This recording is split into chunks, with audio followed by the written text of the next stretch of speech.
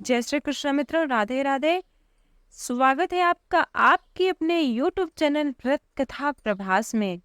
वैसे तो मित्रों, राक्षस, दैत्य, निशाचर ये सब जहाँ जाते हैं वह स्थान पवित्र हो जाता है। तो फिर कैसे बना एक राक्षस हमारे पितरों की मोक्ष का कारण? वह राक्षस कैसे इतना पावन हो गया कि उसका स्पर्श करने मात्र से हमारे पितृ को गति मिल जाती है। तो आज के वीडियो में आप यह पूरा श्रवण करेंगे। तो अभी तक आपने वीडियो को लाइक नहीं किया तो एक लाइक अवश्य करें, क्योंकि आपका लाइक ही मेरे लिए मोटिवेशन है। यदि आप चैनल पर नए हैं तो चैनल को सब्सक्राइब कर बेल आइकॉन प्रेस करें, ताकि हमारे चैनल की नोटिफिकेशन आप तक सबसे पहले पहुंचे। एक समय की बात है, एक असुर था गयासुर भगवान श्री हरि विष्णु को प्रसन्न करने के लिए घोर तप करने लगा। उसने इतना कठोर तपस्या किया कि उसकी तपस्या से प्रसन्न होकर ब्रह्मा जी आए, परंतु उसने अपने नेत्र नहीं खोले। भगवान श्री हरि विष्णु भी आए, परंतु उसने तब भी उनसे वरदान नहीं मांगा। फिर इसकी तपस्या से प्रसन्न होकर भगवान महादेव आ गए, परंतु उसने फिर भी वरदान नहीं मांगा। बारी बारी से सभी देवता उसके पास आए, परंतु उसने वरदान नहीं मांगा और वह तप करता रहा। तप करते करते उसे सहस्त्रों वर्ष बीत गए, परंतु उसने फिर भी भगवान से वरदान नहीं मांगा। फिर एक दिन भगवान श्री हरि विष्णु स्वयं अपना चतुर्भुज रूप धारण करके उसके पास गए और उससे प्रार्थना करते हैं कि हे गयासुर, तुमने बहुत तप कर लिया, अब तुम्हें अपने तप का फल तो लेना ही पड़ेगा। गयासुर ने कहा, हे प्रभु, यदि आप मुझे सच में फल देना चाहते हैं तो आप मुझे इतना पवित्र कर दे कि अगर कोई मेरा स्पर्श करे तो उसे आपका धाम प्राप्त हो जाए। यह सुनकर भगवान ने कहा, तथास्तु, ऐसा ही होगा। अब तो वह स्वभाव से तो राक्षस ही था और उसकी राक्षसी प्रवृत्ति भी न बदली। वह गया एक अपने पाताल लोक में बैठ गया। अब तो जो राक्षस लोग थे वो कितना भी पाप करते, मनुष्य लोक में कितना भी हाहाकार मचाते, ऋषि मुनियों को परेशान करते, देवताओं को परेशान करते और अंत में जाके उसका स्पर्श कर लेते तो उन्हें वैकुंठ धाम प्राप्त हो जाता।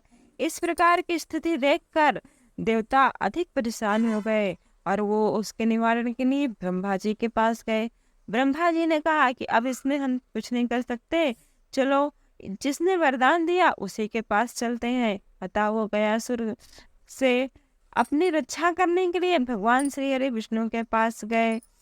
अब विष्णु के पास जी के पास गए। विष्णु जी ने कहा कि ये देवताओं, तुम लोग शांति रखो, मैं अवश्य ही इसका कोई ना कोई उपाय सोचूंगा। इस प्रकार भगवान ने देवताओं को ढाढ़स बंधाया और वो गयासुर से इस समस्या का निदान पाने का उन्होंने उपाय सोचा।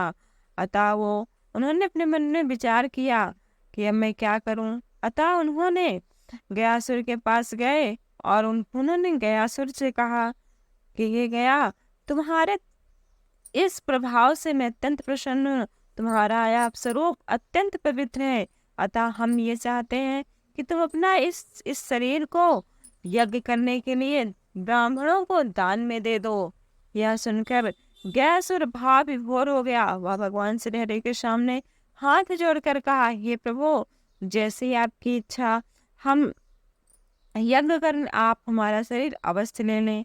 इस प्रकार बिहार में गया नामक स्थान पर भगवान श्री हरि विष्णु ने गयासुर को लटा दिया और यज्ञ की तैयारी होने लगी। गयासुर का शरीर इतना विशाल था कि उसमें संपूर्ण देवी देवता आ गए और वहां पर यज्ञ की तैयारी होने लगी। इस प्रकार जब यज्ञ की तैयारी होने लगी तो जो यज्ञ वेदी थी वह गयासुर के मुख पर बनाई गई। जब गयासुर के मुख पर यज्ञ वेदी होने लगी और उसमें यज्ञ होने लगा तो गयासुर यज्ञ के समय चंचल हो जाता और वह हिलने डुलने लगता। इससे बार बार यज्ञ में विघ्न पड़ रहा था। यह देखकर भगवान श्री ब्रह्मा जी ने भगवान श्री हरि विष्णु को बुलाया और भगवान श्री विष्णु से प्रार्थना की कि इसके चंचल शरीर को शांत कर दीजिए। तब भगवान श्री हरि विष्णु ने उसी समय धर्म को बुलाया और उनसे देवी मई शिला को गयासुर के शरीर पर रखने को कहा। देवी मई शिला और कोई नहीं बल्कि धर्म और उनकी पत्नी धर्मवती की पुत्री धर्माव्रता है। धर्माव्रता का विवाह ऋषि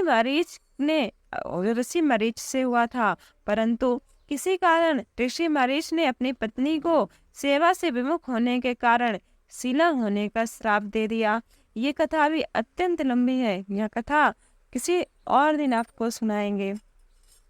श्राप दे दिया था, इस श्राप के कारण वह शिला धर्मवता शिला हो गई, परंतु धर्मवता शिला रूप में भी भगवान श्री हरि विष्णु की कठोर तपस्या की और भगवान श्री हरि विष्णु ने उसके इस श्राप को भी वरदान में बदल दिया था।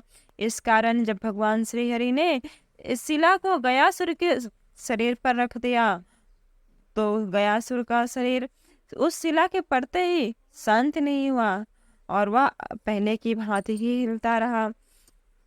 अब यह देखकर ब्रह्मा जी, विष्णु जी और भोलेनाथ सब परेशान हो गए और वो भी अब ब्रह्मा जी और भगवान भोलेनाथ भी गए उस शिला के ऊपर बैठ गए, परंतु अभी भी शिला का हिलना बंद नहीं हुआ। भगवान श्री महादेव के साथ साथ ब्रह्मा जी और ब्रह्मा जी के साथ समस्त देवता भी वहीं पर बैठ गए, परंतु अभी भी उसका हिलना बंद नहीं हुआ था। यह देखकर सभी देवता अत्यंत परेशान हो गए और भगवान श्री हरि विष्णु की शरण में पहुंचे और गयासुर के शरीर को स्थिर रखने के लिए उनसे सहायता मांगने लगे।